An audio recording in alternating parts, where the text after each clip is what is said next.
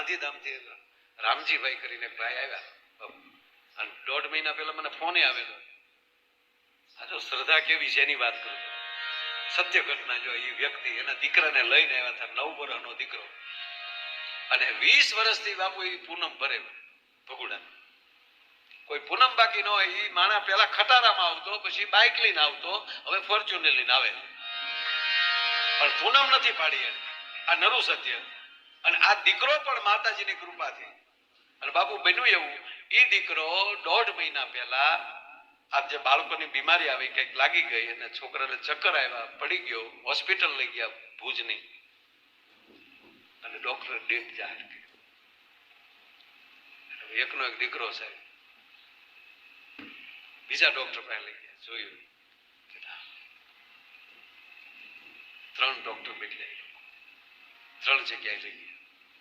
પછી તો 3જી જગ્યાએ કહી દીધું. તો જે હતું એ એને ઘરે ફોન કરી દીધા, સગા સ્નેહીઓ, જે આપણે સામગ્રી જોતી હોય.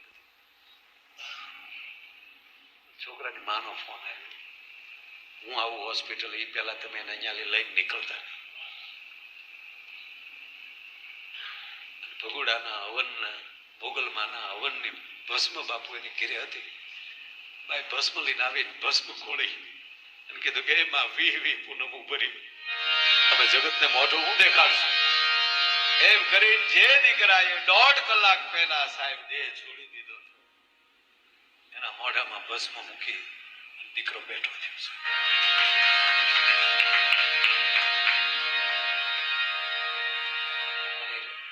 મારે મૌન હતું. આ પૂનમ ને દીકરી એના દીકરાને લઈને આવ્યા અને કીધું ગાતા તમે કહો. તેથી ડોક્ટરે એવું કીધું, મારી નજર સામે આ ઘટના બની, મારે ભગુડા દર્શન આવવું છે.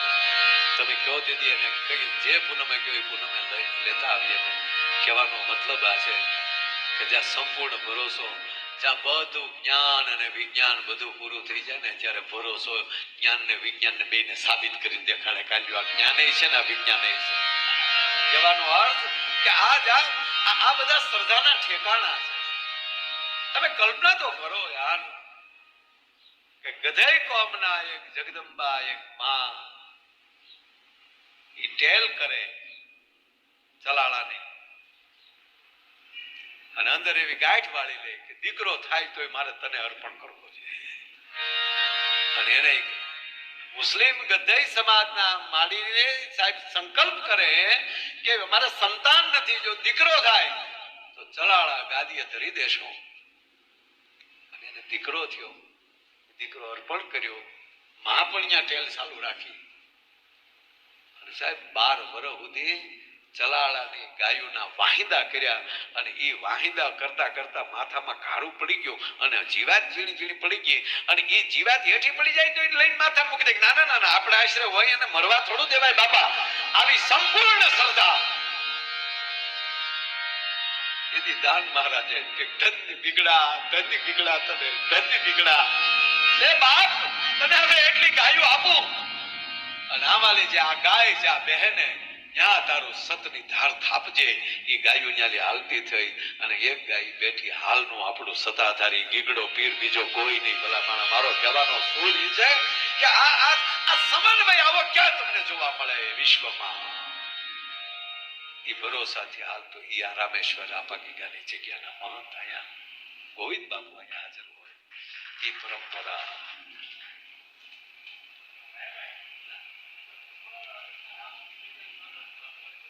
બાપુ મને ખબર ને, આ ભોજ વૈષ્ણવ ભેજ એની ભેજ અમારા વડીલ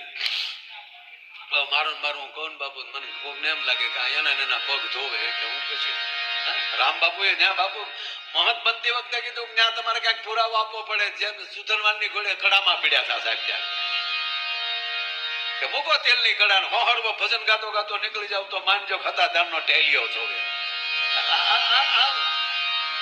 આ ભજનની તાકાત છે. તુલસી શ્યામને થોડાક સમય ત્યાં ગાવો ચારે લઈને પછી સત્તાધાર આવેલા. અરે બાબુ તકલીફ પડેલી, મોટા ભાઈનું અવસાન,